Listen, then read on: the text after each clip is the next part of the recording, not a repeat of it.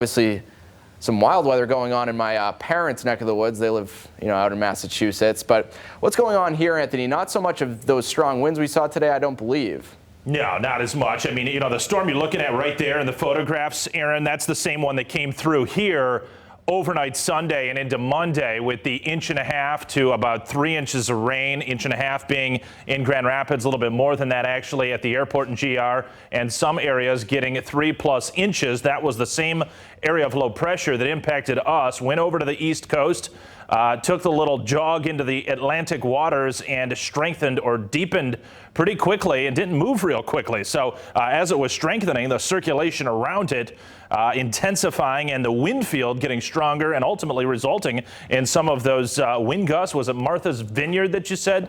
Nantucket, something like that at 94 miles per hour. Did I hear that correctly? Yeah, that's what a nor'easter can do, and it really starts to crank up. Typically, you think of nor'easters more with like winter season phenomena.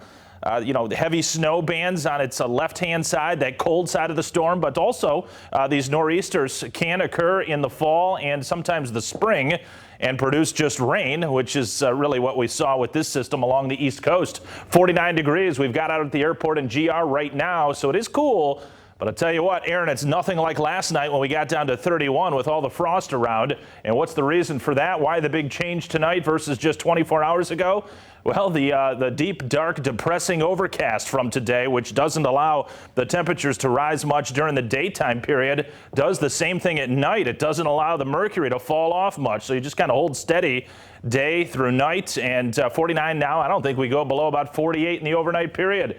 Clouds on Thursday. Some nighttime showers will be assembling down to the south and moving up in here after around 7, 8 o'clock. Those will carry into Friday, become more scattered in the afternoon, but still damp throughout the day on Friday, I think, even locally. Best shot for rain, the most rain is going to occur the further south you reside in our viewing area. Fairly mild temps, yes, in the 50s, but then going cooler next week. I mean, the coldest air of the season is on track to make it in here. Having said that, no big storms over the next 7 days. It doesn't appear as of now. This is for week 2 of the forecast period, not on our 7-day chart, but thereafter, days 8 through 14, still looking fairly cool, though those blue colors weren't tremendously blue, which indicates how far the departures from averages are anticipated to be.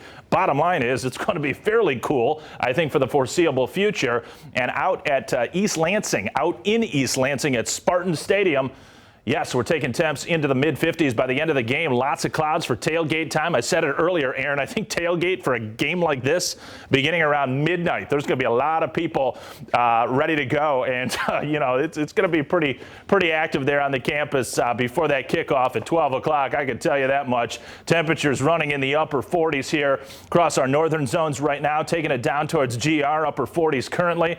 And look at this, as I talked about, you're just not going to see much of a change from north to south when you got that thick overcast in place. I'll get out of the way one more time. 50, 55, and 59. That's where we're going tomorrow on the bus stop planner. Mostly cloudy skies being retained all the way through. Could there be a little dim sun trying to poke on through on occasion? I guess that's possible. But after what we went through today with no sun showing up, I'm going to play it kind of, tentative with this sky condition forecast for tomorrow. Area of low pressure will pass across Kentucky pretty far south to bring us rainfall.